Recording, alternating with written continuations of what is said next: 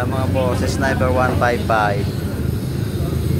maintenance kasi babiyahin ng Bicol. Ayan, palit tayo ng air filter at fuel filter, post check ng spark plug, tapos ito stock tensioner gagawin na lang natin ng manual kasi maluwag na, may malagatik siya pag unang start.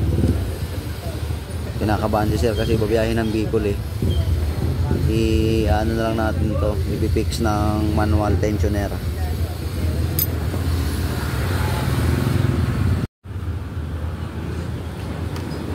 Yan manual tensioner na yung stock, ginawa na lang natin.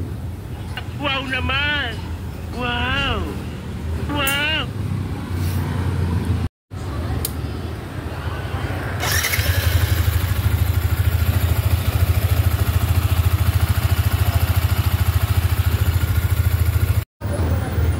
Yun okay na, pwede na ibiyahe pa Bicol.